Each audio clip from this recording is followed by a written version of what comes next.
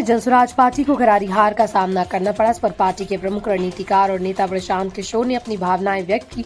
उन्होंने कहा, चुनाव के नतीजे ने उन्हें बहुत प्रभावित किया और वो सही से नहीं ले पा रहे। प्रशांत किशोर ने हार को चुनौती के रूप में लिया और अपनी पार्टी के साथ बिहार में अपनी लड़ाई जारी रखने का संकल्प जताया। प्रशांत किशोर ने स्पष्ट किया कि जनसुराज चुनावी मुकाबले में सफलता हासिल नहीं कर सके, लेकिन उनका मकसद केवल चुनाव जीतना नहीं था।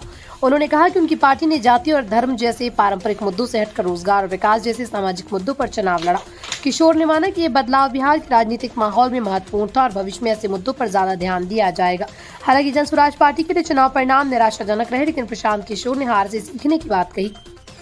उन्होंने कहा, चुनाव प्रक्रिया से जो अनुभव मिला उसे वो बेहतर रणनीतियों के लिए इस्तेमाल करेंगे। उन्होंने माना कि बिहार के मतदाता अभी भी जाति धर्म आधारित राजनीति को प्राथमिकता देते हैं, जिसे धीरे धीरे बदलना होगा। प्रशांत किशोर ने कहा कि वो हार को अंत नहीं बल्कि नए आरंभ के रूप में देख रहे हैं। उन्होंने कहा कि जनसुराज पार्टी बिहार में विकास और रोजगार के मुद्दों को लेकर लगातार काम करेगी।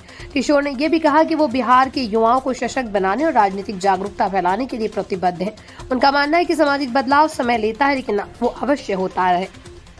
अंत में प्रशांत किशोर ने इस हार को स्वीकार करते हुए कहा कि वो संघर्ष से नहीं डरते और बिहार में बेहतर भविष्य के लिए अपने प्रयास जारी रखेंगे। उन्होंने जनता से अपील की कि वो विकास और सुधार के एजेंडे को समझें और समर्थन करें। किशोर ने खुद को बिहार के लिए समर्पित बताया और आश्वासन दिया कि वो फिर से बिहार की राजनीति में सक्रिय भूमिका निभाएंगे। इस हार के बावजूद प्रशांत किशोर का जज्बा और संकल्प मजबूत है। वो बिहार में जनसुराज के एजेंडे को आगे बढ़ाने के लिए पूरी ताकत से काम करेंगे। आने वाले दिनों में उनका ये संघर्ष बिहार की राजनीति में नए बदलाव की दिशा में महत्वपूर्ण साबित हो सकता है।